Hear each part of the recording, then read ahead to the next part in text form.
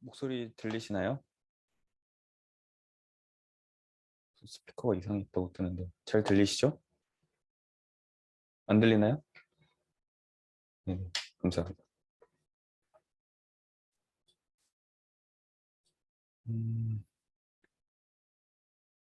일단은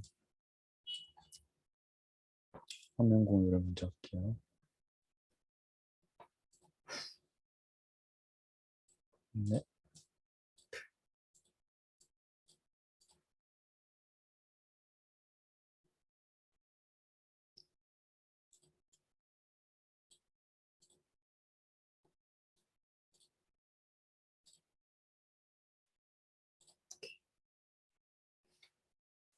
네.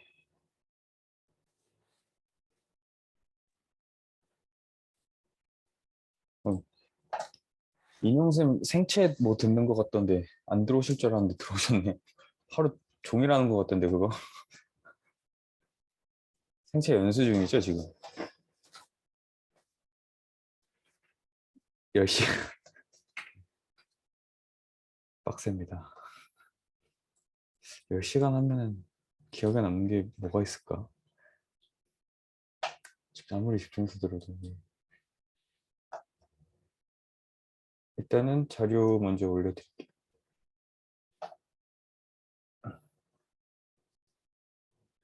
왜 채팅창이 안 뜨지?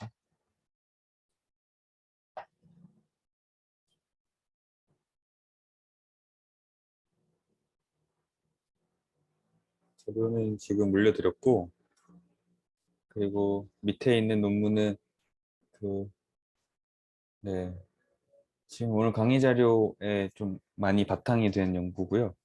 물론 다른 연구 자료들도 있지만 이게 제일 정리가 잘 돼 있고 수술 후 재활 프로토콜까지 잘 나와 있어요. 그래서 10년도 더 된 연구 자료이긴 하지만 그래도 공부할 때 되게 좋을 것 같아서, 네, 강의 내용에 수술 후 재활에 대한 내용도 이 논문에서 발췌를 했는데 뭐 그냥 수술 후 재활이어서 가볍게 우리가 여기서 인사이트 얻을 수 있는 것들 정도만 말씀을 드리겠습니다. 그러면 얼추 들어오신 것 같으니까 시작을 해볼까요? 네, 어깨 건조로워진 손상 슬랩 시작하겠습니다. 슬랩이 당연히 약어고요. superior, labrum, anterior to posterior입니다. 여기 끝에 이제 리젠이라는 병변이 붙어서 레이브럼이 이 글레노이드 림을 이렇게 구성하고 둘러싸고 있는 하나의 원형 띠 같은 거거든요. 그걸 레이브럼이라고 부르는데 위쪽 레이브럼에서 앞에서 이 뒤쪽이 앞뒤쪽으로 손상이 있는 겁니다. 그것을 이제 슬랩이라고 부르게 되고요. 타입을 네 가지 정도로 나눕니다. 보시면 슬랩 1이 일단 슬랩 1 설명드리기 전에 여기가 이 초록색이 이제 파란색이 글레노이드고 여기를 둘러싸고 있는 게 레이브럼이에요. 그리고 이 위로 이렇게 빠져나와 있는 게 바이셉스 텐던 롱헤드입니다. 여기에서 지금 보면 약간의 이 위쪽에 레이브럼이 약간 그 좀 달아 있는 거죠. 그래서 옆을 이렇게 보시면 여기가 글레노이드고 이 가장 위쪽에 약간 빨간색 말고 약간 그 옅은 주황색, 이게 이제 바이셉스 텐던이고요. 아래가 레이브럼이 같이 섞여 있는 곳인데 여기가 약간 마모되어 있는 게 보이시죠?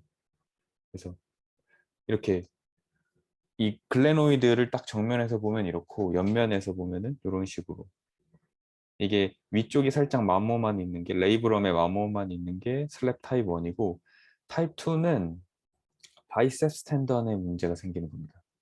이 레이브럼은 1에 비해서 마모도는 괜찮은데 2는 보면 이 바이셉스 텐던 쪽을 막 이렇게 좀 검정색으로 막 이렇게 그려놨죠. 조직이 좀 손상되어 보이게 마모가 좀 되어 있는 것이 슬랩2입니다.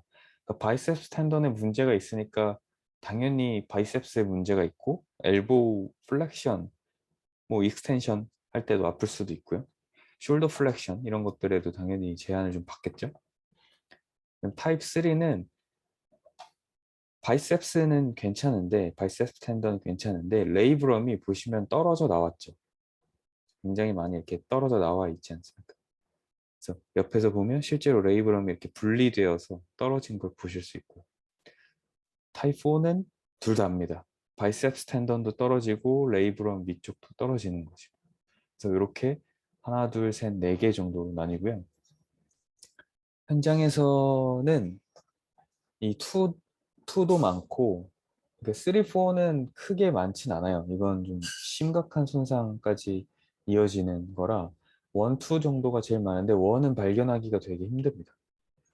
마치 표현이 좀 그럴 수 있겠지만 암 같은 존재예요. 왜 발견하기 힘든지 뒤에서 설명을 드릴게요. 그래서 이렇게 MRI를 보게 되면 이게 지금 프론탈 플레인이죠. 앞뒤면을 보여주고 있는 거니까 여기서 레이브럼에 약간 손상이 되어 있는 것을 볼 수 있는데 이 위쪽 횡단면에서도 그렇죠. 위쪽 레이브럼에서 손상이 있는 것을 볼 수 있는데요. 무조건 뭐 MRI상 이렇게 본다고 해서 손상의 정도를 단정 짓는 것이 아니라 뭐 이건 사실 근데 우리가 제대로 배우지 않아서 우리는 뭐 정확히 볼 줄은 모릅니다. 그래도 알고 넘어가면 좋은 게 레이브럼에 손상이 없이 그냥 날 때부터 이렇게 생길 수가 있어요. 서브 레이블 프레이밍이라고 1시에서 한 3시 방향으로 여기 보면 이쪽이 약간 비어 있죠. 구멍이 난 게 MRI상 이건 실제로 레이브럼에 문제가 있는 MRI고 이렇게 그냥 구멍이 나 있는 것처럼 뻥 뚫려 있게 보일 수도 있습니다. 이게 한 제가 같이 올려드린 연구 자료에서는 인구의 11% 정도라고 보고되어 있는데 뭐 정확하진 않죠. 모든 인구들을 다 이걸 찍어본 것도 아닐 뿐더러 네. 많이 정확하지 않지만 그래도 좀 희박하게 그리고 그 다음엔 이 레시스인데 이거는 이제 11시에서 1시 방향으로 위쪽에서 이렇게 약간 구멍이 있는 거고요. 바이셉 텐던도 전혀 문제가 없죠. 그리고 마지막으로는 이 뷰포드 컴플렉스라고 하는데 이거 앞쪽이 이만큼 많이 비어 있죠. 여기에 우리가 지난 시간에 우리 지지난 시간인가요? 하여튼 뭐 지난 시간에 배웠던 미들 글레노이드 리가먼트랑까지 섞여 있습니다. 그래서 이쪽이 이렇게 쭉 비어 있는 걸 볼 수 있고 이건 더 적다고 해요. 확률이 뭐 5%, 6% 정확하게 기억 안 나지만 하여튼 이러한 구조적인 문제로 인해서 마치 슬랩처럼 보일 수도 있다. 근데 뭐 특별히 아프거나 움직임의 제한을 받지 않을 수도 있는데 받을 수도 있죠. 왜냐하면 이걸 가지고 있는 이런 구조적 문제를 가지고 있는 사람들이 어깨에 문제가 있을 수도 있으니까 없다라고 단정 지을 수는 없죠. 자, 그러면 계속 나오는 레이브럼에 대해서 조금 자세히 보겠습니다. 이만큼이 이제 글레노이드 여기 있죠? 글레노이드 파사 요만큼이 파사니까 당연히 오목한 부분 이렇게 오목한 부분이고 여기 옆에 휴머럴 헤드가 훨씬 크게 붙겠죠. 그래서 글레노이드가 이 부분이고요. 지금 휴머럴 헤드가 이렇게 갖다가 툭 붙게 되죠. 근데 이 뼈랑 뼈끼리 이제 붙으면 아무래도 조금 더 딱딱한 것들끼리 부딪히니까 이 겉에 약간 동그란 왜 호수 같은데 고무 이렇게 패킹 끼워져 있죠. 베어링처럼 이렇게 동그랗고 고무로 되어 있는 거. 표현이 사람 몸이라서 좀 적절하지 않을 수 있겠지만 그래도 이렇게 싸줄 수 있는 요거를 딱 끼우면 이 폭이 두께가 한 2mm, 2배 정도 증가한다고 합니다. 2.5mm에서 5mm 정도라고 증가했던 거였나? 네. 이것도 보내드린 연구자를 보면 좀 더 정확하게 보실 수 있습니다.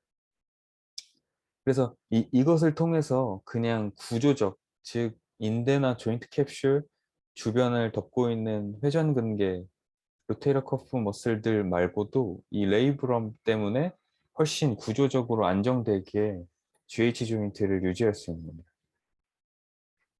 그리고 이 레이브럼 위쪽에 아까 말씀드렸던 바이셉스 텐던 롱헤드가 있고요.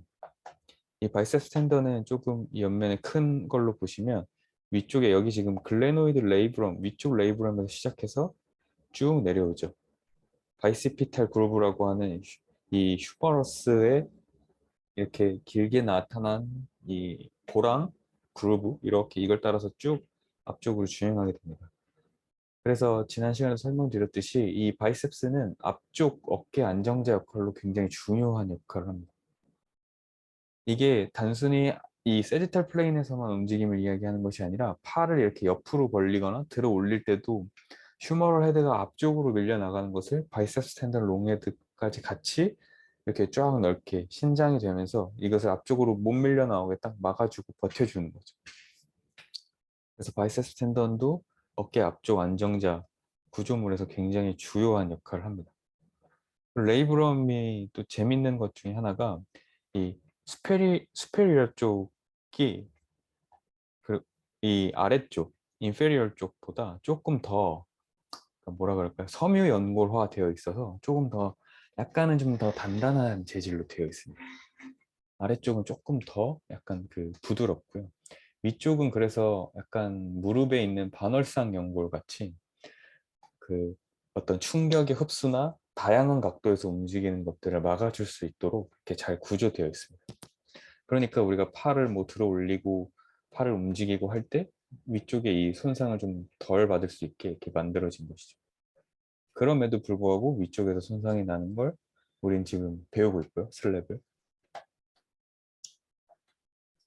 이건 아까 설명을 드려서 혹시 몰라서 이 하나를 사진을 하나 더 넣었는데 여기서 하나 또 드리자면은 이 휴머럴 헤드의 크기가 글레노이드 파사보다 훨씬 큽니다. 그렇기 때문에 GH 조인트 자체에서는 굉장히 그 작은 움직임만 일어나도 주변에 있는 조직들은 더 큰 스트레스를 받을 수밖에 없습니다.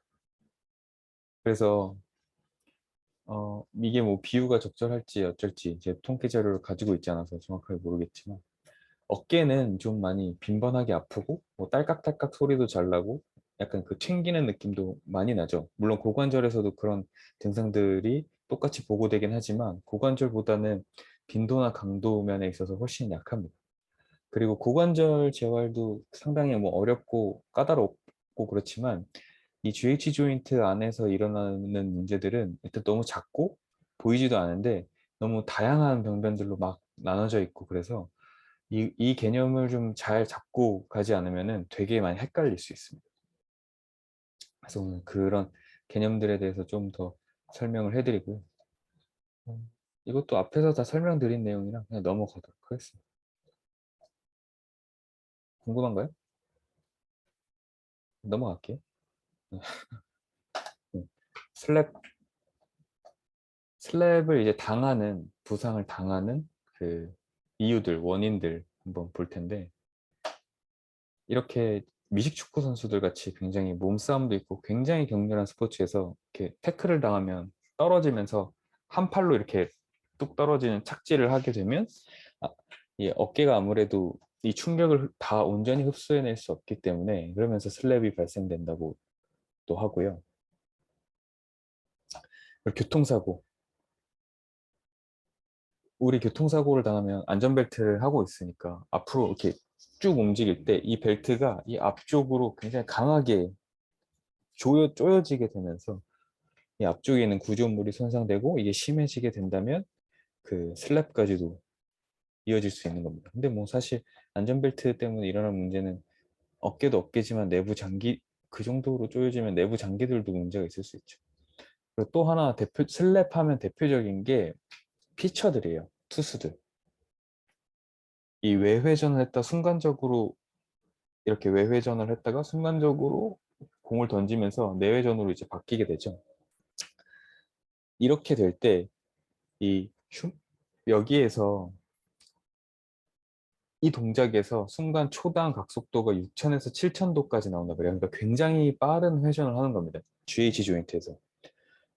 그렇기 때문에 이 GH 조인트가 뒤로 넘어가 있다가 앞으로 확 넘어오면서 이것들에 대한 반복 사용 혹은 좋지 못한 GH 조인트 안정화로 인해서 앞쪽 지금 우리가 배운 슬랩 앞쪽 그 레이브럼에 손상을 입힐 수 있다는 거죠.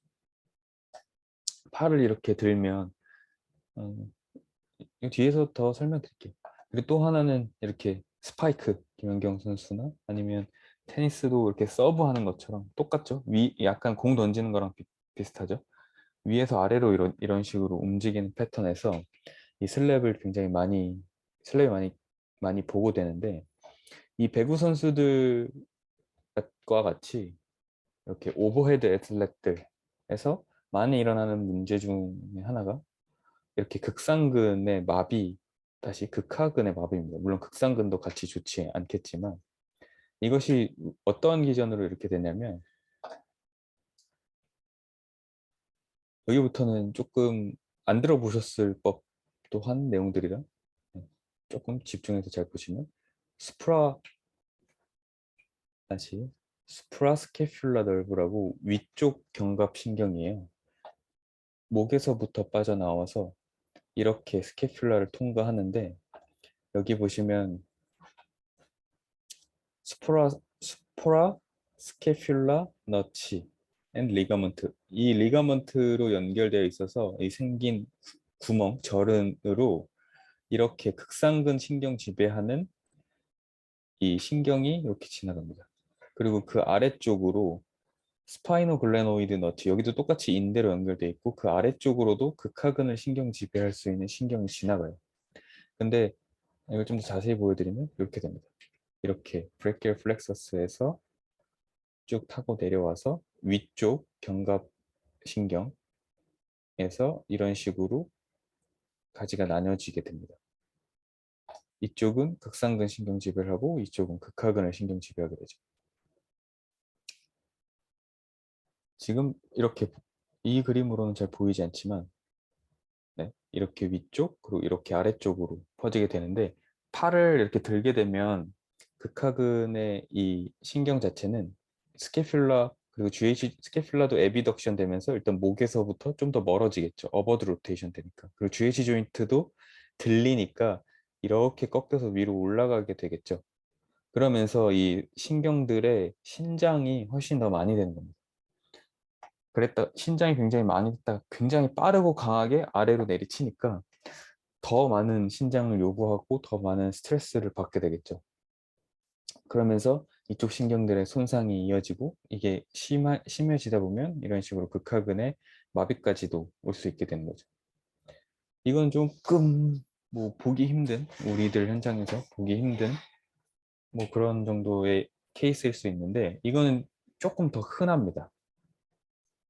쿼드랭귤러 스페이스라고, 이 그림으로는 잘 안 보일 것 같으니 이 그림으로 설명 먼저 드릴게요. 이 공간이에요. 이 네모 공간. 여기 보시면 위에는 테레스 마이너가 있고요. 아래에는 누구 있죠? 테레스 메이저가 있죠. 그리고 이쪽 옆을 이루는 것이 보시면 트라이셉스 롱헤드입니다. 트라이셉스 롱헤드가 이 레터럴 보더 쪽에 붙어 있죠. 그리고 이 바깥쪽은 휴머러스가 이렇게 딱 있고요. 그래서 이 네모 공간이 존재합니다. 이 네모 공간으로 겨드랑이 신경하고 이 뒤쪽 상완 이 circumflexor, 그러니까 이 회선하는 동맥들이 지나가게 돼요. 이 공간 안으로. 그래서 이 그림을 보시면 여기 이제 신경과 동맥이 지나가는 게 보이시죠? 얘네들, 그러니까 즉 테레스 마이너, 메이저 이런 근육들의 어떤 위축이나 좋지 못한 문제로 여기가 압박받게 되면 이쪽 팔이 약간 저린 느낌이 나고 아픈 겁니다. 여기 느낌이 굉장히 좋지 않죠. 제 왼쪽 어깨가 이렇거든요. 예전엔 몰랐는데 이제 원인을 알아서 확실히 이쪽을 좀 마사지 해주고 풀어주고 신경을 살짝 글라이딩 시켜주면 훨씬 금방 좋아집니다. 이쪽이 굉장히 많이 막혀 있거든요. 어떨 때 증상이 더 심하냐면 팔을 이렇게 들어 올리고 뭐 이렇게 위로 올리거나 외회전이나 내회전을 시키려고 하면, 즉 테레스 마이너, 메이저들을 쓰려고 하면, 문제는 이렇게 되면 테레스 마이너가 제대로 기능을 잘 못하겠죠. 그럼 당연히 외회전 근력이 떨어질 수 있고 외회전에 문제가 발생할 수 있습니다. 이렇다는 얘기는 로테이터 커프에도 당연히 문제가 발생이 될 수 있죠. 그렇죠? 그러면 GH 조인트를 GH 조인트의 안정화를 만들어내기가 굉장히 더 어렵고 힘들어집니다. 그렇다면 이것이 슬랩으로도 발전할 수 있는 거예요. 이 쿼드랑귤러 스페이스 말고 지금과 같은 이런 구조로 인해서 이쪽의 삼각형을 뭐 어퍼 트라이앵귤러 스페이스 그리고 아래쪽 삼각형을 이 로어 트라이앵귤러 스페이스 이렇게도 부릅니다. 이쪽이 되겠죠?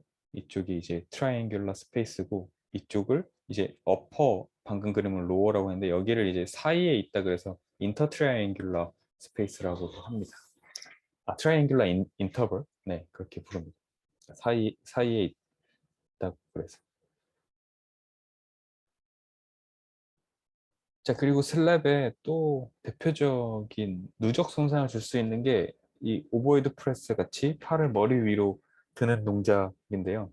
그러니까 단순하게 이 동작들이 무조건 문제를 일으킨다라기보다는 그러니까 좋지 못한 GH 조인트 안정화와 스캐퓰러 이 소라식 ST 머슬들 아니면 이 설비코 소라식 머슬 이 관절이나 머슬들이 좋지 못하면 결국 이 피해는 조금 약하고 아까 봤던 자유도가 굉장히 높은 GH 조인트에서 입을 수밖에 없는 거죠. 그 확률이 좀 더 높겠죠. 그래서 이걸 보면 우리가 또 바로 생각날 수 있는 게 지난 시간에 배웠던 임핑지먼트 신드롬이 있을 수 있죠. 익스터널, 인터널. 슬랩, 슬랩에서는 보통 이 인터널 임핑지먼트 신드롬을 훨씬 더 많이 이야기하는데요. 연관성이 짙은 것을. 근데 사실 뒤쪽이 뭐 아파서 슬랩이 생길 수도 있고 뭐 앞쪽이 아파서 생길 수도 있고 이것을 두 개가 한꺼번에 같이 올 수도 있어요. 우리 엑스터널 임핑지먼트는 뭐 다들 잘 아시니까 인터널만 다시 복습해 보면 인터널이 요거였잖아요. 여기 사이에 끼는 거. 글레노이드와 휴머럴 헤드 사이에 끼어요. 여기 누가 꼈었죠? 스프라랑 인프라 텐던이. 그렇죠. 스프라랑 인프라 텐던. 근데 얘네들 또 보면 이거랑 약간 위치 비슷하죠. 지금 방금 테레스 마이너까지 얘기했는데 그 바로 위에 인프라 있잖아요. 그리고 인프라는 이 스프라랑 같이 섞여 있고 극하근은 극상근이랑 같이 섞여 있고 그래서 아까 이 쿼드랑귤러 스페이스에서 문제를 말씀드릴 때 로테러 커프의 안정성 같이 말씀드린 게 이겁니다. 그러니까 이 저기 뭐야 인터널 임핑지먼트 신드롬이 있다고 해서 뒤에만 아픈 게 아니라 이쪽 뒤가 좋지 못하니까 팔을 들어 올릴 때 휴머럴 헤드가 자꾸 앞쪽으로 빠져나가서 앞쪽의 공간을 좁게 만들어서 앞쪽으로 통증을 불러일으킬 수도 있고 둘 다 아플 수도 있어요. 어떤 날에는 뒤만 아프다 그러고 어떤 날에는 앞에도 아프다 그러고 그럴 수 있습니다. 그 사람이 장난하는 게 아니라. 그러니까 이런 것들이 지난 시간에 배운 거 또 연관지어 생각해 보면 G 스캐퓰라가 멀쩡한데 GH 조인트만도 아플 수 있죠. 하지만 대체적으로 많은 경우는 이 GH 조인트 즉 휴머러스를 이렇게 받아줘야 하는 스캐퓰라 자체의 불안정성을 검사를 안 해볼래 안 해볼 수가 없죠. 그럼 SD를 검사를 또 이제 봐야겠죠. 지난 시간 했으니까 이거는 복습 개념에서 이미지만 봐도 머릿속으로 좀 떠오르지 않습니까? 그래서 이 sick 포지션 기억나시나요? 스캐퓰라 이 포지션이랑 inferior medial 보더의 이 음, 저기 프로미넌스 그러니까 이렇게 뜨는 거 그러니까 코라코이드 쪽에 이제 페인이나 아니면 포지셔닝이 잘못되어 있는 거 그리고 디스키네시스의 움직임 왜 제가 지난 시간에 이 클라이언트들 움직이는 거 보여드렸죠. 스캐퓰러 휴머럴 리듬 이런 것들이 결국 뭐 임핑지먼트뿐만이 아니라 더 가면 슬랩까지도 문제가 생길 수 있다는 거죠. 우리가 간과해서는 안 되는 게 어, 익스터널 임핑지먼트는 이 설명을 드렸지만 로테이터 커프 바깥쪽이잖아요. 바깥쪽이고 어찌됐건 그 조금 더 바깥쪽이라는 얘기는 혈액이 조금 더 잘 돌 수 있는 가능성이 높습니다. 반면에 인터널은 조금 더 안쪽이죠. 그리고 텐던도 찝히고 뼈 근처가 좀 이제 찝혀서 통증이 발생이 되죠. 그럼 엑스터널보다 조금 더 어찌 보면 안쪽이라 뭐 이야기 해볼 수도 있죠. 여기서 설명드리고 싶은 건 글레노이드는 훨씬 더 안에 있다는 거예요. 얘는 바로 이렇게 레이브럼은 글레노이드 바로 앞을 감싸고 있으니까 얘가 손상이 당하면 오래 걸려요. 혈액이 잘 안 돕니다. 혈액이 잘 안 돌고 우리가 생각했을 때 뭐 인대나 연골 생각하면 색깔이 흰색을 떠올리잖아요. 근육을 생각하면 색깔을 빨간색을 떠올리고. 그러니까 빨간색이라는 게 혈액이 돌아서 그렇게 되고 흰색에 가까울수록 혈액이 돌지 않는다는 얘기예요. 그럼 영양소를 공급받기도 힘들고 회복이 그만큼 떨어지고 느립니다. 어떤 것들은 아예 회복이 되지 않는 것들도 당연히 존재하고요. 그러니까 슬랩은 다치면 관리하기도 굉장히 까다로울 뿐더러 좀 오래 걸립니다. 자, 그럼 지난 시간에 했었던 이런 SAT 같은 테스트들에서도 이게 만약에 지금 양성이 나왔어요. 팔을 들어 올릴 때는 좀 불편하다가 뒤에서 이 스캐퓰라를 어시스턴스 해주니까 좀 괜찮대요. 근데 문제는 조금 괜찮아지는 거면 여기서도 슬랩의 의심을 배제할 수는 없습니다. 왜냐면 이 작은 GH 조인트 안에서 무슨 일이 일어나고 있는지는 우리는 몰라요. 사실 MRI를 찍어본다고 해서 명확하게 이것을 밝혀내기는 굉장히 힘들 겁니다. 마찬가지로 스캐퓰러 리트랙션 테스트 이렇게 고정시켜 놓고 딱 했는데 통증이 좀 줄거나 뭐 혹은 줄지 않거나 어찌됐건 통증이 계속 나왔대요. 여기에서도 슬랩의 문제를 배제시킬 수 없죠. 스캐퓰라에 문제가 있다면 당연히 GH 조인 스캐퓰라의 문제로 인해서 뭔가 좋지 못한 반응들을 일으킨다면 GH 조인트에서도 똑같이 문제들을 생각해 봐야 되고 이것이 슬랩까지 이어질지도 염두를 해봐야 됩니다. 이 통증이 정말 오래됐다고 한다면 그리고 팔을 올리기도 정말 힘들다고 한다면 말씀드렸던 것처럼 충돌 증후군 뭐 정말 운이 좋게도 엑스터널 임핑지먼트 신드롬만 그 위주로만 있다고 하면 갑자기 드라마틱하게 통증이 잡힐 수도 있어요. 하지만 슬랩까지 같이 있다고 가정하면은 어느 정도는 괜찮아지지만 계속됩니다. 말씀드렸듯이 더 안쪽 깊숙하게 들어가 있기 때문에. 자, 계속 조금 더 지금 안쪽 깊숙한 이야기를 해서 우리가 약간 간과하고 까먹을 법한 내용이 이거죠. 지금 우리는 거북목 교정 운동을 위해서 지금 달려오고 있었던 겁니다. 그러니까 결국 forward posture, 목이 앞으로 나가 있고 어깨가 말려 있는 이 라운디드 숄더가 이 슬랩까지 문제를 만들 수도 있다는 거죠. 이게 굉장히 중요한 구조적 문제일 수 있습니다. 여러분들의 클라이언트들 중에서 지금 아까 보여드렸던 것처럼 타입 1의 슬랩을 이미 가지고 있으신 분들도 있을 수 있어요. 충분히 가능성이 있습니다. 그래서 내일 한번 테스트 해보세요. 이제 슬랩 테스트고요. 오브라이언 테스트 혹은 액티브 컴프레션 테스트라고 합니다. 이렇게 덤 다운 내회전을 시키고 살짝 에디덕션을 이렇게 시켜 놓으면 조금 더 좋습니다. 이 공간 자체를 더 좁게 만든 거죠. 그래서 여기를 이제 눌러보면서 버티라고 합니다. 이 준 힘을. 그래서 이때 통증이 있는지 체킹을 해보는 거죠. 그리고 통증뿐만이 아니라 이렇게 해서 누르는데 이걸 올리는 힘이 굉장히 좀 약하거나 좋지 못하다. 이렇게 돼도 근신경계 반응이 빨리 빵 들어오지 않는다고 하면 마찬가지로 로테이터 커프들의 근력 문제들 이런 것들을 또 염두를 해볼 수 있겠죠. 이렇게 지금 이 검사로는 타입 2와 4 사실 4는 뭐 이 검사까지 해볼 필요도 없지만 하여튼 그럼 바로 병원을 보내야 되지만 타입 2 같이 그 바이셉스에 문제가 있는 경우는 지금처럼 덤 다운을 시켜서 내외전을 만들면 바이셉스는 크게 관여를 하지 않습니다. 말씀드렸다시피 바이셉스 롱헤드 텐던이 어깨 앞쪽을 지나가기 때문에 이렇게 내회전을 시키면 바이셉스 텐던 아래로 이렇게 내려가 있겠죠, 위치가. 그렇기 때문에 이 위쪽 저항을 굳이 바이셉스 텐던이 위쪽에서 주는 저항에 저항을 할 필요들이 없는 거죠. 그 역할을 하지 않아도 됩니다. 이렇게 되면 바이세ፕ스 텐던까지도 같이 검사할 수 있는 거죠. 이렇게 외회전, 스피네이션, 손을 스피네이션 시켜놓고 지금 그림에서는 그냥 이렇게 좀 플렉션 각도로 폈는데 안쪽으로 더 에디덕션을 시켜서 모은 채로 검사를 하셔도 됩니다. 그게 훨씬 더 정확할 수도 있어요. 이렇게 됐을 때 이 앞쪽의 통증 그리고 만약에 뭐 팔까지 아프다 그러면 바이셉스 롱헤드 텐던까지 의심해 볼 수도 있는 거죠. 아, 네. 근데 여기서도 재밌는 게 뭐 이 두 가지 테스트가 다 이 앞쪽을 타겟팅하고 검사하잖아요. 우리가 지난 시간에 배웠던 걸 생각해 보면 external impingement syndrome도 같이 있으면 여기서 또 같이 걸릴 수 있어요.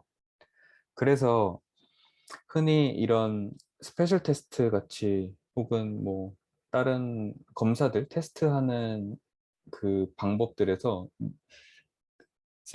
센시티비티랑 스페시피시티라고 민감도와 특이도라는 것들 많이 이야기하는데요. 민감도는 아픈 사람들 모아놓고 검사했을 때 아픈 사람을 얼마나 찾을 수 있는지, 이게 센시티비티고, 스페시피시티는 이 특이도입니다. 안 아픈 사람들 모아놓고 검사했을 때 얼마만큼 안 아픈 사람을 찾을 수 있는지, 요거예요. 근데 이거 같은 경우, 이 지금 테스트 같은 경우에는 뭐 센시티비티가 조금 더 낮게 나오거나 여튼 민감도와 특이도가 그렇게 좋지 않을 수 있어요. 말씀드렸던 이유가 그런 거예요. 이게 온리 슬랩만이라고 이야기할 수 없어요. 어떤 사람은 또 이건 아픈데 저건 안 아플 수도 있고 굉장히 애매모호합니다. 그래서 말씀드렸던 것처럼 팔각도를 그냥 이렇게 뻗는 거랑 에디덕션 각도로 뻗는 거랑도 또 다를 수도 있어요. 힘을 얼마만큼 위에서 저항을 주느냐에 따라서 또 달라질 수도 있고. 그래서 슬랩 테스트는 굉장히 많습니다. 다음 바이셉스 로드 테스트인데 이렇게 스파인 누운 채로 이렇게 이 암컬 하듯이 이렇게 당겨 바라보고 여기서 저항을 주는 겁니다. 이때 이 어깨 앞쪽에서 통증이 발생되는지. 로 테스트 2는 한 이 휴머러스 각도를 한 120도 정도로 올리고 여기서도 똑같이 검사해 봅니다.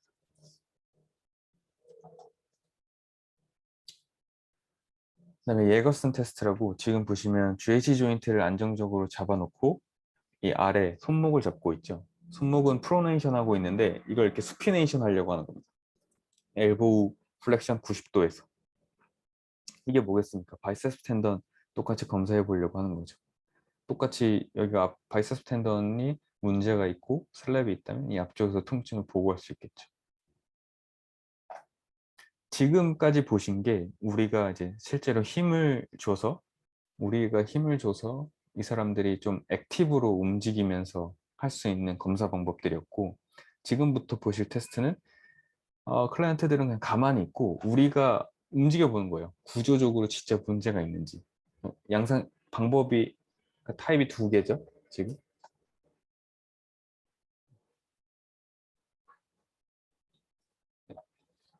이렇게 뭐 앉거나 선 자세 다 다 상관없습니다. 근데 앉은 자세가 좀 더 유리할 수 있어요. 왜냐면 키 차이도 있을 수 있고 서 있게 되면 다른 데 힘이 많이 들어가서 이 잘 안 움직이게 될 수도 있습니다.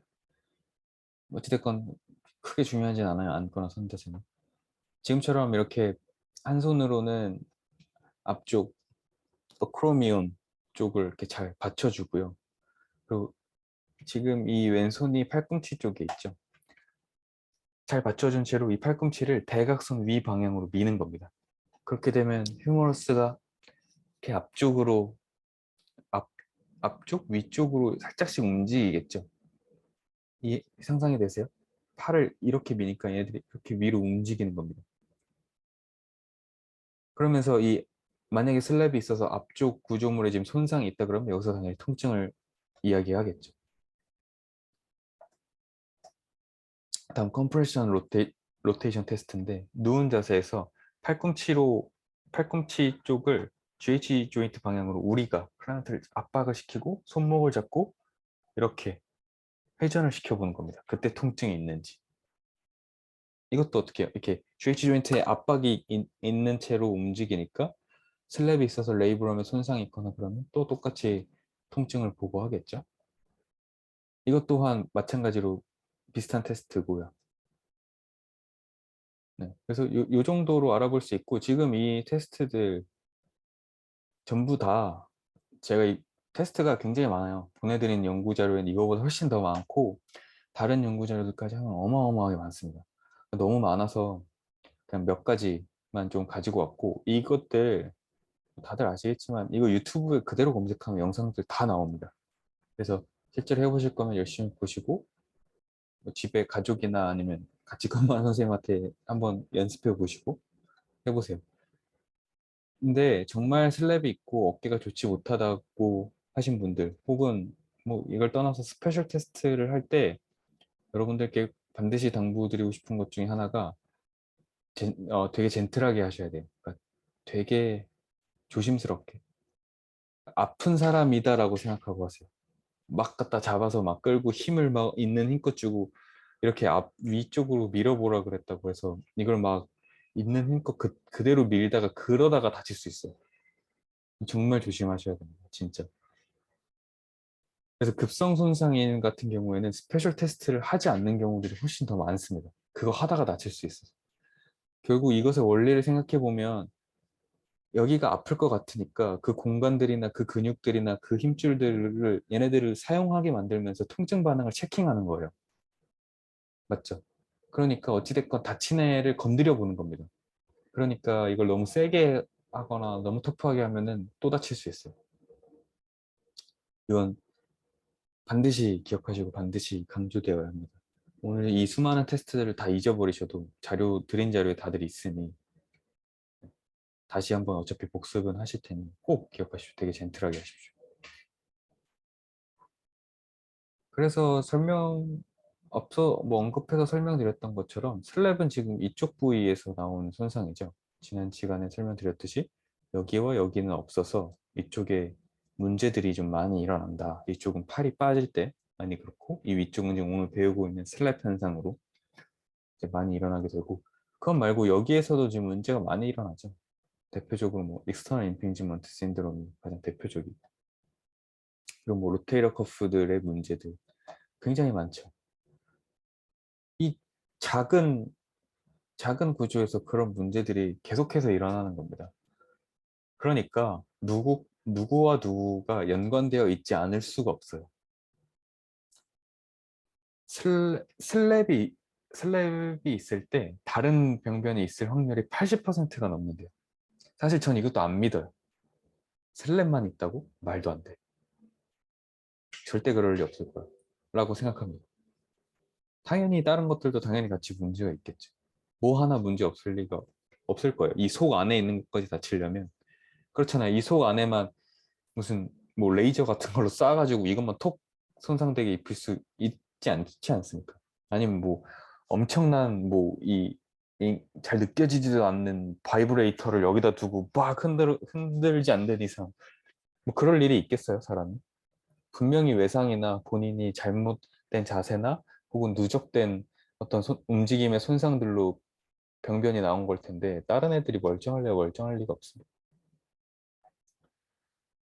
이 인대는 복습할 겸 되게 재밌으려나요?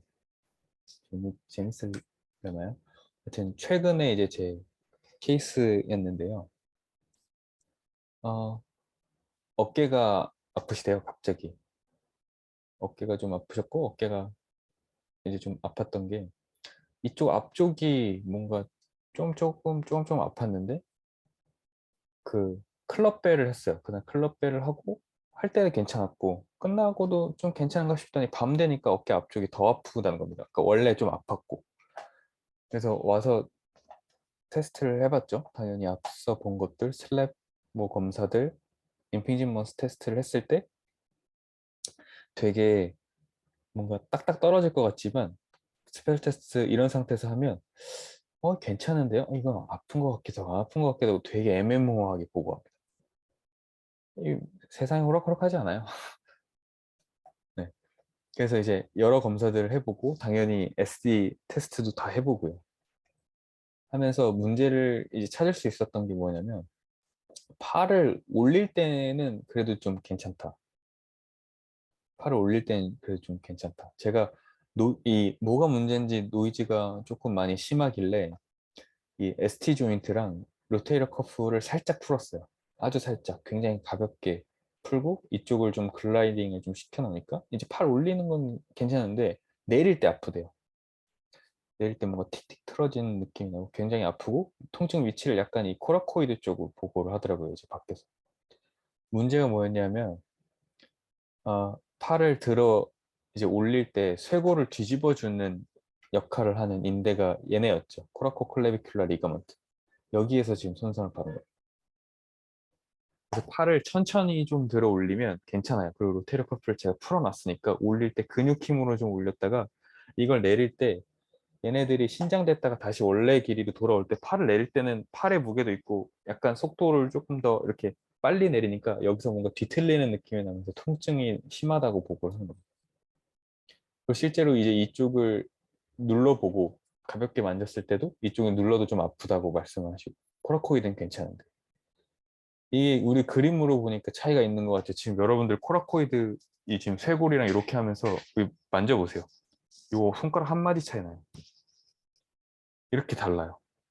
근데 분명히 다릅니다. 코라코이드랑 뭐 남자들이면 좀 더 넓어서 좋겠지만 제 쇄골은 여기 있고 코라코이드는 여기 있고 여기에요. 요거인데 그래서 요걸 이제 찾았는데 안타깝게도 다음날 병원에 가셔가지고 충격파를 받으셨대요. 그 제가 말씀드렸죠. 이거 충격파 받으면 더 아플 거라고. 그냥 물리치료로 뭐 온열 치료를 받거나 초음파 치료를 받거나 뭐 레이저 치료를 받거나 그래야지 저기 충격파는 결국 얘네들의 손상을 또 일으키는 거잖아요. 여따 안 그래도 지금 약간 손상을 입은 애를 막 흔들어 제껴 놓으니까 얘네들은 손상은 더 커졌죠. 결국 충격파 자체도 자기 스스로 자가 조직을 치유하는 능력을 더 촉진시키고 그것을 촉매시키고자 하는 하나의 치료 방법인데 여기에 지금 손상이 심한데 그걸 막 받으니까 다음날 되니까 더 아프고 그 다음날 더 아프고 계속 이제 그렇게 된 거예요. 여기까지 괜찮습니까? 뭔가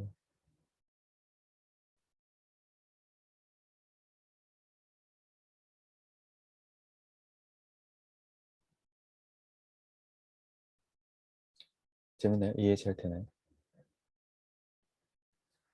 그래서, 다음부터는 이제 어떻게 이 운동시키고 뭐 이런 건데 정리 가볍게 하면은 이 안에서는 상당히 많은 일들이 일어날 수 있고 우리가 원하는 것처럼 딱딱 떨어지는 그렇게 입맛 좋은 건 하나도 없습니다. 왜 뭐 이런 실제 축구에서 이런 말이 제일 많이 나오는 것 같은데 경기 실전에서 뛰면은 내 입맛에 맞는 패스 하나도 안 온다고 하잖아요. 하나 오면 진짜 많이 오는 거라고. 현장도 똑같아요. 한 분 오시면 진짜 많이 온 거예요. 그리고 여기까지 알아야지 이전에 1, 2, 3, 2강, 3강에서도 제가 뭐 운동법들 알려드리고 좀 더 디테일하게도 알려드렸잖아요. 근데 이 정도의 백그라운드까지 있어야지 반 이상 해결할 수 있어요. 그러니까 그 전까지는 사실 반도 안 돼요. 40%? 50%? 여기서 지금 말씀드린 40%, 50%는 10명 중에 4, 5명일 수도 있겠지만 조금 더 크리티컬하게 말씀드리면 그 사람의 문제의 40%에서 50%밖에 해결 못 하는 거예요. 그러니까 더 알아야지 더 해결할 수 있어요. 한 60, 70%까지 지금 여러분들이 지금 올라가고 있는 겁니다.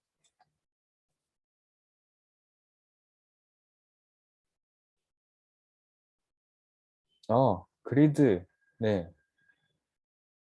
그리드를 오늘 넣으려고 했다가 안 넣고 뒤에서 이제 말씀만 드리려고 했는데 질문 잘 주셨습니다.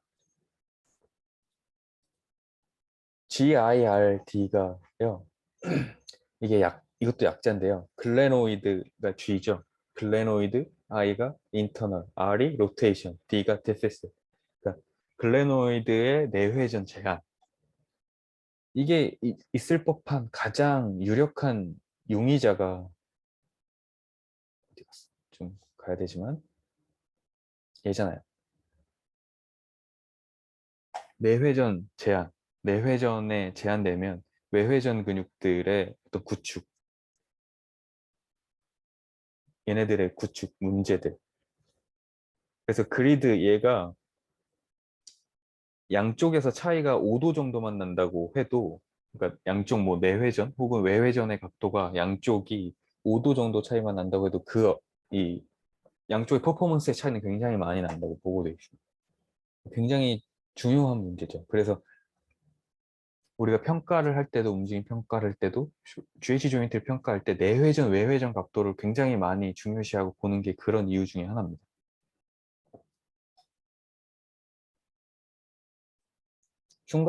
그리고 그리드 질문주의 선생님 답변 마저 드리면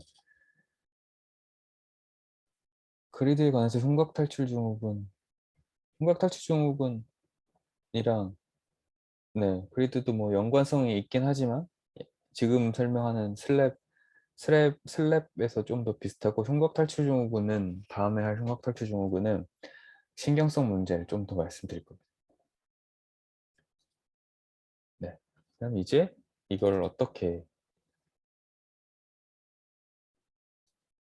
그 좀 보존적인 치료로 어떻게 다가가는지 치료입니다. 처음에는 또 우리가 지금 알고 있듯이 스캐퓰라랑 로테이터 커프 주변의 근력들을 검사하고요. 포스테리어 캡슐 스트레칭이랑 모빌라이제이션이라는 거 있죠. 이것도 지금 방금 설명드린 것처럼 뒤쪽 캡슐이잖아요. 뒤쪽 문제들. 뒤쪽 계속 말씀드리지만 누구 있습니까? 인프라, 테레스 마이너, 그리고 아까 봤던 쿼드랭귤러 스페이스, 얘네들 라인 좀 더 넓게 퍼지면은 테레스 메이저도 당연히 나올 수 있고 그 위쪽에 있는 스프라스피네이러스 극상근에도 문제 있을 수 있죠.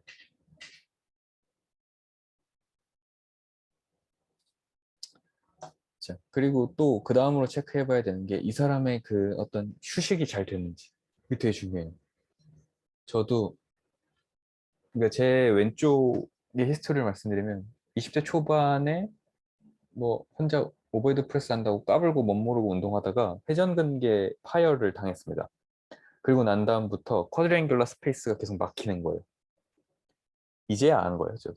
이제는 아니지만 하여튼 안지 그렇게 오래되지 않았습니다. 그리고 그 다음에 당연히 인터널 임핑지먼트 신드롬이 같이 동반되고 그리고 이제 최근에는 슬랩까지 이제 당하게 됐는데 중요한 건 저도 이것들을 다 알고 있었지만 최근에 슬랩을 발견한 건 뭐 예를 들어 2달 전쯤부터 통증이 있었다 그러면은 통증이 있고 나고 한 2, 3주 정도 후에 아 이거 셀렙이다라고 알았어요. 그러니까 왜냐하면 로테리어 커프가 약한 것도 알았고 인터널 임핑지먼트 신드롬이 있다는 것도 알았기 때문에 아 이게 좀 심해졌나 보구나 하고 좀 풀고 어깨가 좀 아파도 그냥 참고 운동했습니다. 근데 이게 안 낫게 되니까 이거 봐라 이상한데 하고 검사해보고 테스트해보니까 슬랩이더라고요. 그러니까 부끄럽지만 저조차도 몰랐었어요. 그래서 분명히 있을 겁니다. 여러분들 주변에서도. 컨디션 얘기하다 여기까지 왔는데 확실히 잠을 잘 자고 컨디션이 좀 좋고 그럴 때는 괜찮아요. 근데 오늘처럼 뭐 이번 주 굉장히 바빴고 오늘처럼 뭐 강의 있고 하루 종일 앉아 있고 준비하고 그러면 지금도 계속 강의하면서 여기가 저리고 아파요. 그래서 왼팔을 지금 드는 게 좀 약간 두렵습니다. 그래서 이거 굉장히 중요하고 그 다음에 이 체간의 정렬 뭐 설비코소라식에 당연히 어떤 이 정렬들과 이런 것들 조사해 볼 필요도 당연히 있고요. 그 다음에 전반적인 자세의 문제는 없는지도 당연히 같이 검사를 해봐야죠. 만약에 이런 것들에서 뭔가 해결이 되지 않고 보존적인 치료를 위해서 이런 것들을 했는데 잡히지 않았다 그러면 그때는 이제 주사 그리고 관절경 해보고 뭐 심하면 수술까지 해야죠. 어쩔 수 없잖아요. 아픈데. 무조건 주사를 맞고 뭐 이런 방법들이 나쁘다고만은 당연히 볼 수 없고 어깨 뭐 슬랩뿐만이 아니라 다른 기타 이유로 오십견이라든지 어깨에 많은 문제들로 어깨에 통증을 가지고 계신 분들한테 이런 뭐 주사를 맞으면서 이렇게 우리들이 이런 것들을 잘 캐치를 해준다면 주사와 이런 것들이 병행되면 훨씬 빨리 좋아질 수 있어요. 그리고 이 레스트가 휴식이 굉장히 또 중요한 문제인데 통증이 없어야지 일단 잘 쉴 수 있습니다. 제가 이게 심할 때는 왼쪽으로 누워서 못 잤어요. 그리고 요즘도 베개를 좀 더 높여놓고 자는 게 고개가 이렇게 떨어져 있으면 이쪽에 압박이 더 심하니까 사람이 자다 보면 왼쪽으로 당연히 돌아 눕잖아요, 무의식 중에. 그러니까 이 공간이라도 좀 더 주려고 일부러 이걸 좀 베개를 높이고 잡니다.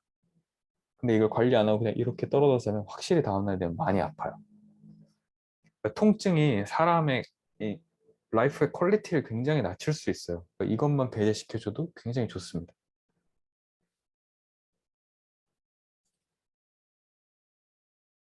그리고 이제 슬랩 그 재활하는 걸 볼 텐데 수술 후 재활이고요. 타입 1, 3는 말씀드렸듯이 바이셉스 텐더는 괜찮은 거, 2랑 4가 바이셉스 텐더 레이브럼까지 다 손상을 받고 2는 마모 정도지만 있는 거고, 지금 우리가 살펴볼 건 수술 후 재활은 타입 2입니다. 한 가지 여러분들이 이거는 좀 그냥 가볍게 이렇게 설명을 드릴 텐데, 한 가지 꼭 염두에 두셔야 하는 게, 이 논문의 타겟은 오버헤드 애슬렛이에요. 운동 선수예요. 회복되는 정도의 차이가 일반인과는 확연히 다르고, 이 사람들은 운동이 전업입니다. 그러니까 재활이 전업이에요. 지금 뭐 투수인데 어깨를 못 쓰는데 자기가 뭘 할 거예요? 하루 종일 재활에 매진해야 되고, 다리 멀쩡하니까 수술 끝나고 팔이 어느 정도 좀 움직이면 뛰고 뭐 사이클 타고 해야죠. 컨디션 관리 잘하고 잠 잘 자고 먹는 거 잘 조절해서 먹고 이런 것들이 가능한 상태입니다. 그래서 나와 있는 이 믹스를 너무 강조하지 마세요. 그리고 지금 어차피 이건 수술 후 재활이라, 우리들이 진짜 슬랩 수술을 하자마자 나오시는 분들을 재활할 일은 그렇게 많지는 않거든요. 정말 희박합니다. 그렇기 때문에 발견되지 잘 않은, 조금은 일상생활은 가능하지만 좀 아픈, 혹은 슬랩을 앓고 난 다음에 시간이 좀 많이 경과한, 약간 이런 정도의 상태라고 감안을 하고 필요한 내용들만 조금씩 설명드릴게요. 그래도 여기서 굉장히 많은 인사이트는 얻을 수 있습니다. 이 코드맨즈 엑서사이즈는 흔히 펜듈럼 엑서사이즈라고 하죠. 엎드려가지고 팔 이렇게 돌리는 거 있잖아요. 힘 빼놓고 이렇게 팔 돌리는 거. 그리고 이 주변에 혈액이나 그 회복 잘 되게 좀 도와주려고 그냥 팔 돌리는 겁니다. 수술을 하고 나와서는 할 수 있는 게 없거든요. 그리고 지금 이 그림에서 하고 있는 거는 이 포스테리어 캡슐 글라이딩 하고 있는 겁니다. 휴머러스를 약간 잡아당기면서 위쪽, 그러니까 이 치료사분, 이분, 그러니까 몸 쪽으로 끌어가면서 이 GH 조인트, 휴머럴 헤드 쪽을 이렇게 누르죠. 그러면 이 뒤쪽에 있는 캡슐들이 늘어나게 될 테니까 이런 것들을 살살 늘려주는 겁니다. 근데 이것도 수술 후에 바로 들어가면 굉장히 위험할 수 있어요. 여기 압박하는 것 자체가 굉장히 아플 수도 있고. 그래서 그냥 팔 가볍게 돌려서 움직이는 거랑 뭐 들지도 않아요. 네, 그리고 이 손가락, 손 운동, 그리고 손목 운동 이런 것들은 시킬 수 있어요. 그리고 괜찮으면 2주 정도까지는 깁스를 보통 하고 있거든요. 슬링 걸고 있는데, 이때 뭐 슬링 걸고 해도 되고 괜찮으면 슬링도 떼고 하는데, 우리 이건 배웠죠. 스캐퓰라 오리엔테이션 엑서사이즈, SOE. 왜 스캐퓰라 이렇게 움직이게 하는 거 있었잖아요. 이런 것들은 아프지 않는 범위 안에서 들어갑니다. 그리고 당연히 이 ROM 회복시켜주는 게 당연히 메인 포커스가 되죠. AROM은 Active Assisted Range of Motion, ROM. AROM은 액티브 ROM. 그러니까 여기서도 보면 스캐퓰러 소라식 AROM을 움직일 수 있는 범위만큼만 움직이는 거예요. 조금만 움직여도 아파요. 나오자마자. 그래서 바로는 실시하지 않고 어느 정도 좀 시간이 지난 다음부터 들어가고, PROM은 패시브입니다. 우리가 실제적으로 움직여주는 거. 그래서 뭐 한 3주, 한 달 정도 지나면 ROM은 당연히 계속 하고요. SOE도 이제 점점점 강도를 좀 늘리고, 프로프리오셉티브 트레이닝이라고, 이거를 보시면 이렇게 팔을 올리고 있고, 이렇게 팔이 있으면 이걸 그냥 휴머러스라고 할게요. 잘 안 보이니까.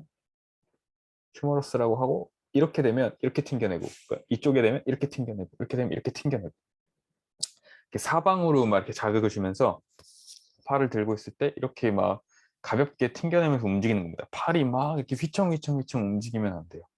안 되는 게 아니라 휘청휘청 움직이게 되면 고유 수용성 능력이 떨어지는 거죠. 그래서 그것을 향상시켜 주기 위해서 이런 트레이닝도 합니다. 움직임은 최소화할 수 있게.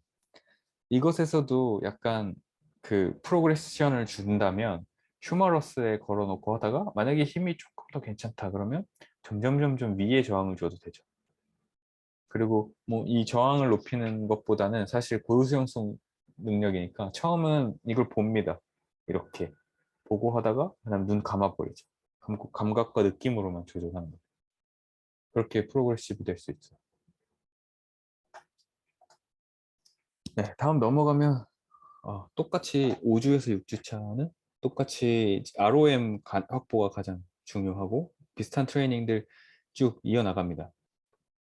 그리고 여기에서는 가볍게 일상생활을 조금씩 시작하게 돼요. 보통 이때 되면은 슬링을 빼거든요.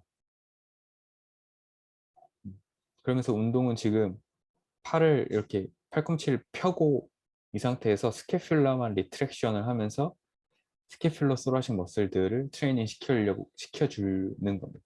팔꿈치를 굽히지 않아요. 왜냐하면 죄송합니다. 바이셉스 텐던이 아직 완벽하게 붙지 않았어. 지금 타입 2잖아요. 바이셉스 텐던까지도 문제가 있기 때문에 바이셉스 텐던이 완벽하게 붙지 않았기, 않았기에 보통 이건 10주 정도까지 기다립니다. 10주 정도까지 기다린 다음에 그 다음에 팔꿈치를 조금씩 움직이기 시작해요.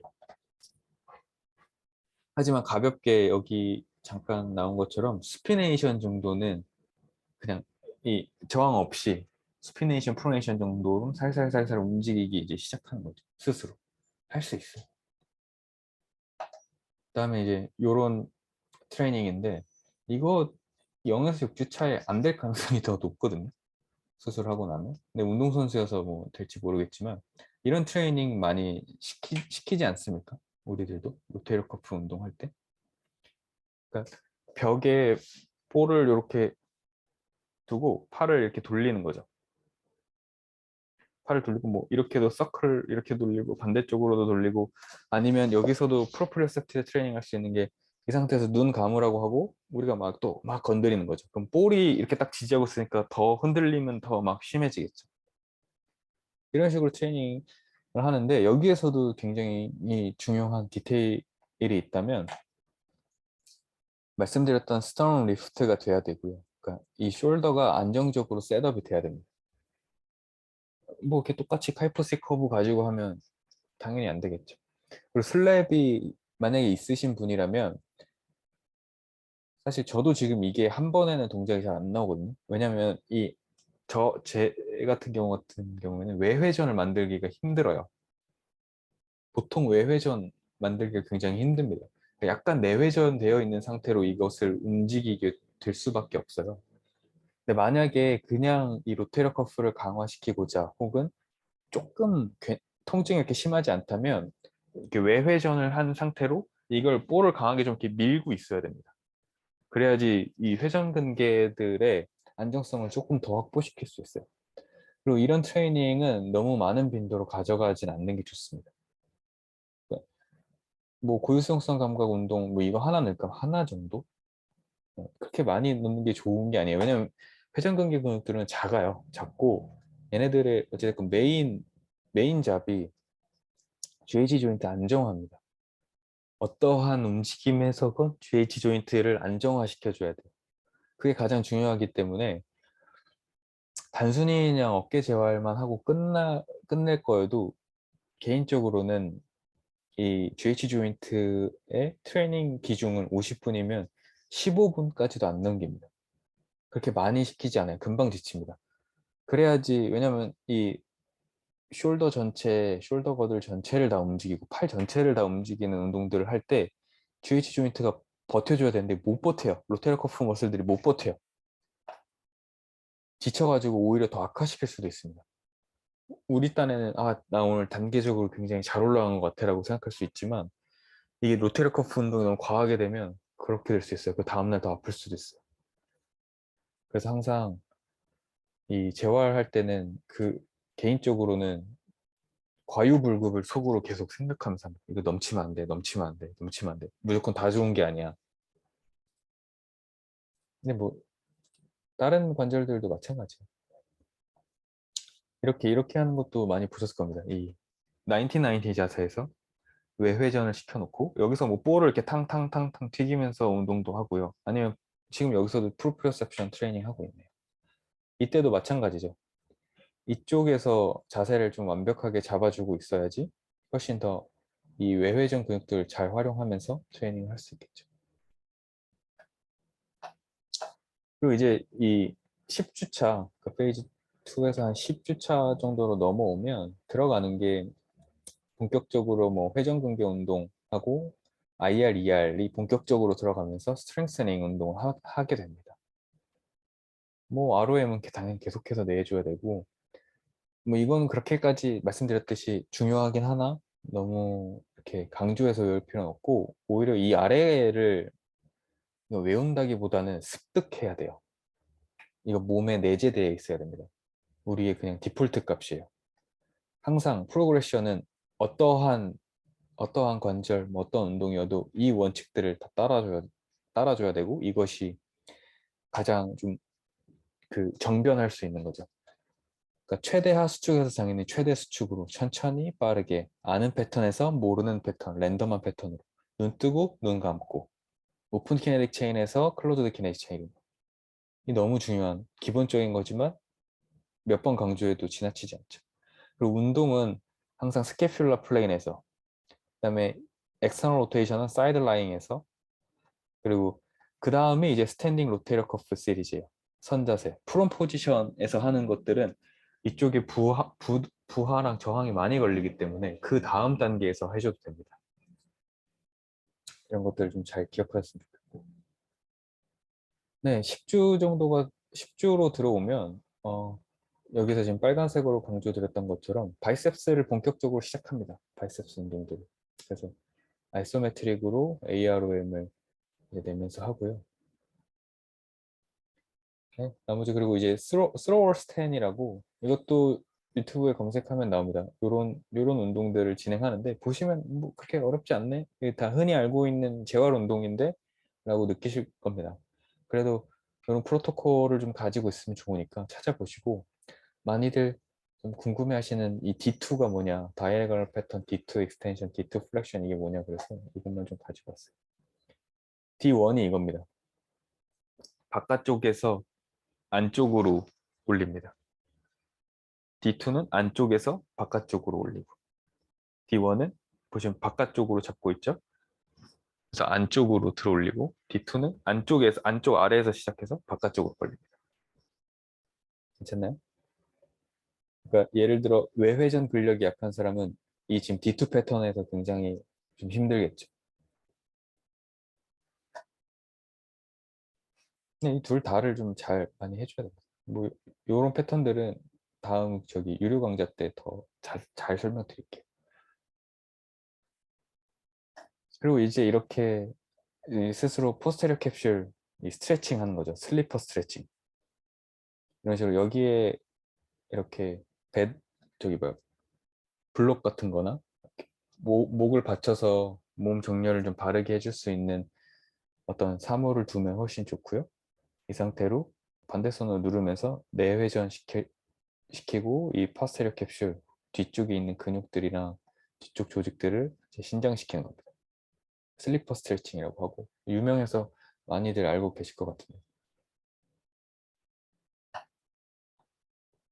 그리고 뭐 이제 다음 단계로 넘으면 한 13주에서 20주 정도 차 되니까 뭐 비슷합니다. 하던 것들 계속 쭉쭉 이어서 나가고 여기에서 하던 것들이라면 이제 ROM을 계속 꾸준하게 증가시키되 이제 GH 조인트의 회전, 외회전, 내회전 이런 것들 그리고 페이지 2에서 하던 근력 운동들 꾸준하게 계속 해주고요. 아까 보셨던 뭐 이런 패턴들, 이런 운동들 뭐 이런 것들도 그냥 계속 꾸준하게 다 해주고 그 다음엔 여기서 시작되는 것이 당연히 엘보 플렉션도 해주고요. 다음에 시작되는 것이 플라이오메트릭을 가볍게 시작합니다. 그 다음으로 진행될 수 있는 건 당연히 방금 했던 이런 것들을 넓혀 나가고 볼을 조금씩 뭐 멀리 던지는 거 그리고 조금 더 강도 높은 플라이오메트릭이나 좀 더 뭐 강도 높은 스트레칭이나 스트렝스닝 운동들을 이제 진행하죠. 이런 게 이제 시작할 때 좀 도움이 될 만한 플라이오메트릭 동작이죠. 양손으로 잡고 이제 뭐 이쪽이 아픈 쪽이라면 이렇게 볼을 던지거나 다시 받고 던지고 받고 네, 뭐 그럼 마지막은 이제 당연히 스포츠 선수들이었으니까 그 복귀하기 위해서 이런 것들을 준비하는 과정이고 총 뭐 한 26주? 네. 거진 한 6개월 걸려요. 선수들도 복귀하는데. 수술을 했다고 가정하면. 그럼 일반인들도 봤을 때, 뭐, 하는 스포츠, 좋아하는 취미나, 그러니까 피트니스 레벨에 따라서 좀 다르겠지만, 그리고 또 슬랩의 정도에 따라서 좀 다르죠. 근데 슬랩이 정말 있다고 하면 최소 3, 4개월 정도는 걸리는 것 같습니다. 되게 오래 걸리고 되게 오래 괴롭혀요. 저도 지금 이게 한 달은 넘었고, 한 달 좀 넘었어요. 한 달 좀 넘었고, 관리를 열심히, 나름 열심히 하고 있는데, 누가 좀 해줬으면 좋겠어. 나도 내 여기를 좀 막 풀어주고, 막 좀 해줬으면 좋겠는데 맨날 바쁘고 귀찮고 그럴 때는 좀 많이 못해서. 가장 답답한 건 지금 슬랩이 있는 사람으로서 백스쿼트를 못합니다. 미치겠어요. 왜냐면 이렇게 하면 외회전 되잖아요. 그리고 리트렉션을 해야 되는데 이쪽 외회전 근육들이 근력이 부족하니까 자꾸 내려오면서 앞쪽이 너무 아파요. 거기다 또 무게를 얹어 놓으면 더 아픕니다. 가슴을 열고 이게 잘 안 돼요. 그래서 이렇게 잡고 하는 지금 스쿼트 바를 사야지 하고 있습니다. 어쨌든 주저리주저리 말이 길었는데 이 스캐퓰라 리해빌리테이션 알고리즘 기억나시죠? 결국 앞에서 수술 후도 보셨지만 여기랑 별로 안 다르지 않나요? 약간 다르지만 바이셉스는 여기 없죠. 뭐 이런 페이즈 단계들을 나눠 놓지 않았지만 그 비슷비슷하죠.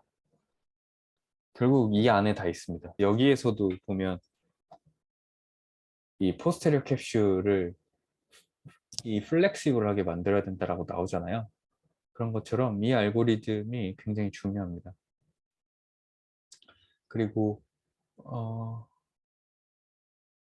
이 지금 뒤쪽에 인프라나 뭐 테레스 마이너나 이런 외회전 근육들 비롯해서 롬보이드도 굉장히 중요하고 이런 근육들 그리고 이쪽에 있는 지금 하부 승모근 같은 경우는 우리가 지금 이 좋지 않은 스캐퓰라의 구조라고 생각을 하면 스캐퓰라가 약간 올라가면서 안테리어 틸팅 되잖아요. 하면서 살짝 프로트랙션, 즉 IR 될 수 있고 이런 것들을 이런 것들에서 이런 스캐퓰라의 구조를 방지해주고 막아줄 수 있는 그것이 바로 이 LT, 로얼 트래피지어스다라고 이렇게 보고를 해요. 그러니까 즉 스캐퓰라가 프로트랙션 되면서 안테리어 틸팅 되는 움직임을 저항해서 이것의 감속 장치 역할을 해줄 수 있는 게 로얼 트랩이죠. 그리고 인페리얼 앵글, 메디얼보다 뜨는 거를 프로트랙션 될 때 걔네를 뜨지 못하게 막아줄 수 있는 것이 바로 세라토스 안테리어. 그래서 여기에 이렇게 주요하게 또 이렇게 체킹업을 해놓지 않았습니다. 그러니까 어찌 됐건 얘네들 운동은 숄더 문제다 그러면 보통 다 들어가는 것이 지금 여태 1, 2, 3, 4강으로 설명해 드린 이유입니다. 물론 이게 괜찮을 사람이 있을 수 있겠죠. 근데 그런 사람이 어깨가 아프다 그러면 뭐 누적되거나 만성적인 문제는 아닐 겁니다. 그리고 여기에 지금 나와 있는 팩 마이너 있잖아요. 팩 마이너가 스캐퓰라가 우리 안테리어 틸팅 되고 프로트랙션 되니까 이렇게 단축되어 있다라고 많이 생각을 해서 많이 풀어주죠. 근데 안타까운 건 풀어준 다음에 좀 더 갔으면 좋겠어요. 얘네들이 단축 맞아요. 그러니까 구축된 거예요. 굳어 있는 겁니다. 제대로 안 쓰입니다. 그리고 팩 마이너뿐만이 아니라 팩 메이저도 클래비클에 붙어 있잖아요. 우리 이제 공부를 했으니까 다 알고 계시죠. 팔이 움직일 때 클래비클이 얼마나 중요한지. 클래비클에 붙어 있는 대흉근이 그러면 어깨에도 굉장히 크게 안정제 역할을 할 수 있어요. 심지어 얘는 스터넘에도 붙어 있으니까. 그렇지 않나요? 여기를 풀어줬으면 프로트랙션, 리트랙션을 제대로 된 근육들을 활용해서 움직일 수 있게 해줘야 돼요. 스캐퓰라 저기 세라토스 안테리어 트레이닝 한다고 푸시 플러스 좋아요. 근데 세라토스 안테리어가 푸시 플러스나 이런 걸로 힘 잘 들어가고 어느 정도 통증도 좀 떨어지고 움직임도 잘 나온다 그러면 푸시업으로 빨리 넘어가서 팩 메이저도 쓰게 해줘야죠. 그렇죠. 무조건 그 안에서 이제 고립돼서 머물러 있으면 안 되죠. 그래서 이런 것들도 굉장히 중요합니다. 네, 오늘 준비한 내용은 여기까지고 이게 TOS랑 붙이면은 너무 길어지고 또 길어지다 보니 내용을 줄이게 되고 이럴까 봐 특별히 많이 넣진 않았고 운동법들은 앞에서 많이 설명을 드려서 네, 요거는 유료 강좌 때 훨씬 디테일하게 잘 나눠서 설명드리겠습니다. 질문 있으시면 네, 이제 질의응답 시간 좀 갖겠습니다.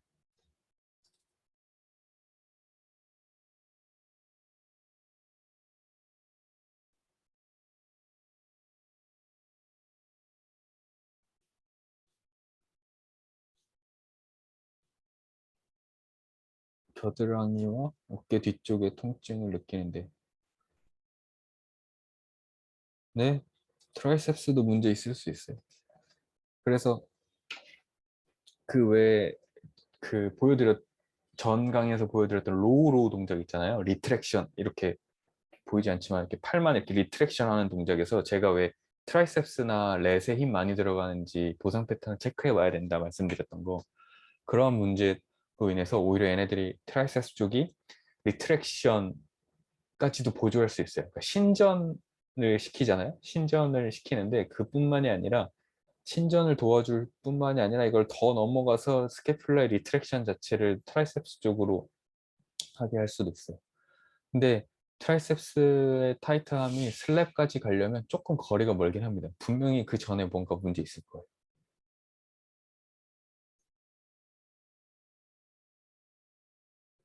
위에 뭐 하나 더 있었는데. 가수 댄서분들은 보통 유연한 분들이 많고 일자목도 있고 흉추도 말려있는 분들 지금 네. GH 조인트는 자유도가 굉장히 높은 관절이기 때문에 막 팔이 막 엄청 막 잘 돌아가는 사람들 있잖아요. 그렇다고 해도 안정성 당연히 떨어질 수 있죠. 오히려 잘 돌아가니까 안정성 더 떨어질 수도 있습니다. 그쵸? 완벽하게 뭐 유연하다고 해서 괜찮을 일은 없죠. 그리드, 그레럴 튜버시티? 그레럴 튜버클 말씀하시는 거예요? 그리드에서 그레럴 튜버클? 그러니까 저기, 뭐야, 피머 말고, 대퇴골 대전자 말고, 대결절 말씀하시는 거죠? 휴머러스에 있는? 그게 영향이 있냐고. 무슨 말인지 모르겠는데.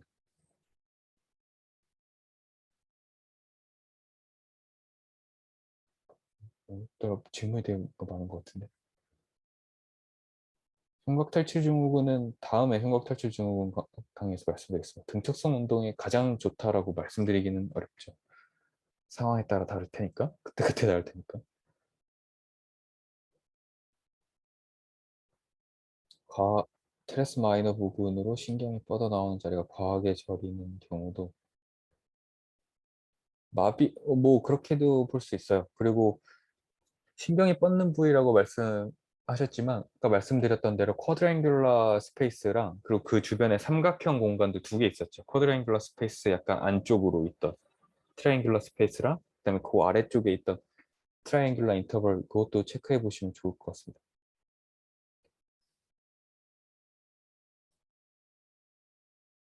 기본적인 ROM, 네, 일단은 ROM 확보를 하려고 해보세요. ROM 확보를 먼저 해보려고 하시고 외회전을 보통 많이 보거든요. 외회전을 보통 많이 보고 외회전 할 때 휴머럴 헤드가 앞으로 많이 밀려나가는지도 체크를 해보세요.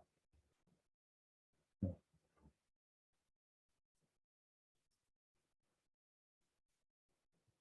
상완골의 대결절이 그리드에 무슨 영향을 끼치냐고요? 질문이 너무 포괄적인 것 같은데. 팔을 일단 요거 조금 더 자세히 질문해 주세요. 대결절과 상완골 대결절하고 그리드랑 무슨 연관성이 있는 건지 질문을 좀 자세히 해 주십시오. 팔 울 때 뚝뚝 소리가 나고 머리 마를 때나 고데기죠? 할 때? 네, 일단 너무 광범위하고요. SAT 있죠? 스캐퓰라 어시스티드 테스트. 팔을 올릴 때 스캐퓰라 이렇게 어시스트 받아가지고 하는 거 그거 먼저 보세요. 뚝뚝 소리가 나는 게 어딘지를 좀 찾아야 되는데 보통 GH 조인트일 경우들이 많으니까 근데 올릴 때 뚝뚝 소리가 난다는 것은 어찌됐건 스캐퓰라가 어버드 로테이션을 제대로 못 만들어줄 가능성이 훨씬 더 높으니까 일단 그 스캐퓰라 어시스티드 테스트 해보시고 그리고 전거근 활성화될 수 있는 운동들 한번 많이 해보세요. 그리고 가능하다면 어퍼 트랩도 조금 풀어주고 그러니까 상부 손목근도 좀 풀고 소흉근이나 앞쪽 이 구조들을 살짝 풀고 하시면 좀 더 나을 수도 있습니다.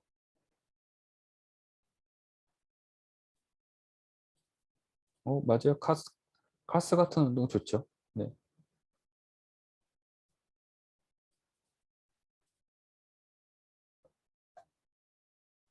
어깨 후방 관절염.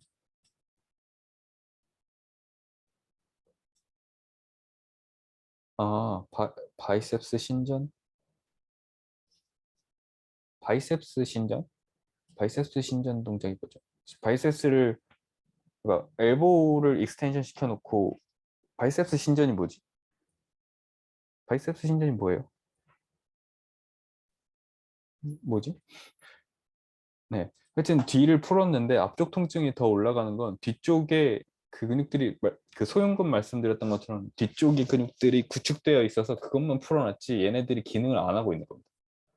결국 팔을 들어 올릴 때 뭐 예를 들어 플렉션을 한다 가정해도 뒤쪽에 분포되어 있는 인프라나 특히 더 많이 뒤에 분포되어 있는 테레스 마이너 같은 애들도 GH 조인트를 뒤쪽으로 휴머럴 헤드를 뒤쪽으로 끌어당기는 힘을 약간 발휘해야 돼요.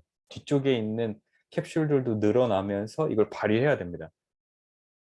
그러니까 뒤쪽으로 끌어당겨줘야 되는데 그게 안 될 가능성이 되게 높아요. 그래서 풀고 나서 양쪽 외회전이나 내회전 ROM 확인해 보시고 ROM 괜찮으면 그 근력도 한번 같이 보세요.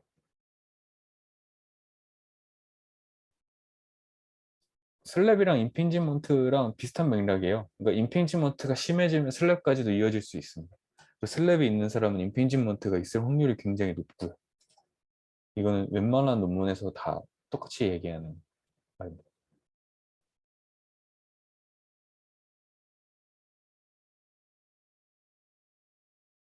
상한권 결절이 내려를 시킬 때 끼잖아요.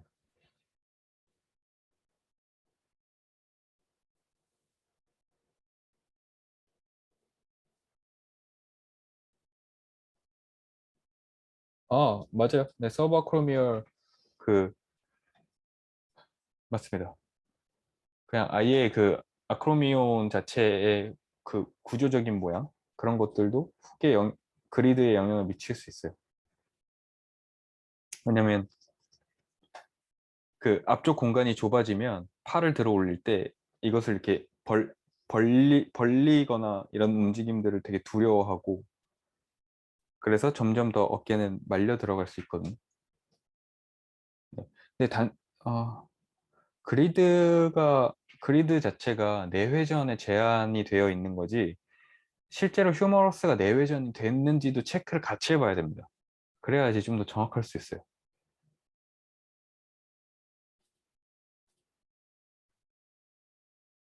이렇게 답변을 어느 정도 네 드린 것 같은데 척추에 관한 강의도 무료든 척추는 언제 했지? 골반 할 때 하고 안 했구나. 올 초랑 작년 말에 하고 안 했던 것 같은데. 네, 해야죠. 척추. 네. 척추도 똑같이 무료 강의도 많이 하고 유료도 할 겁니다. 척추 척추하면 사실 코어잖아요. 코어를 그나마 제가 제일 자신 있어 하는 부위인데 하여튼 하긴 할 겁니다.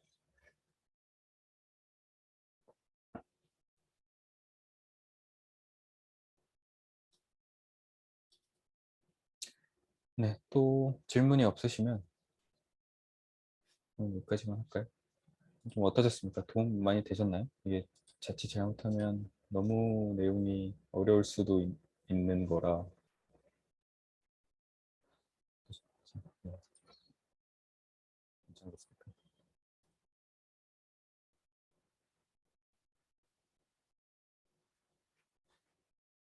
네. 맞아요. 이 임산부들도 여기 통증 많이 있을 수 있습니다. 네. 갑자기 갑자기 앞쪽이 너무 무거워지면서 어깨가 말려 들어가잖아요. 네, 굉장히 많이 있을 수 있어요. 그리고 아기를 낳으면 생각보다 팔로 아기를 들고 팔로 해야 되는 일들이 되게 많아서 목도 그렇고 어깨도 굉장히 아파합니다. 네, 알겠습니다. 이거 또 뭐 한 내일쯤이나 유튜브 바로 업로드 해드리고 저는 POS로 이제 돌아오는 주 뭐 목요일쯤 예상하고 있는데 이거는 제가 다시 네, 다시 공지를 드리겠습니다. 네, 그러면 늦은 시간까지 또 고생 많으셨고 네, 저는 다음 주에 또 뵙겠습니다. 감사합니다.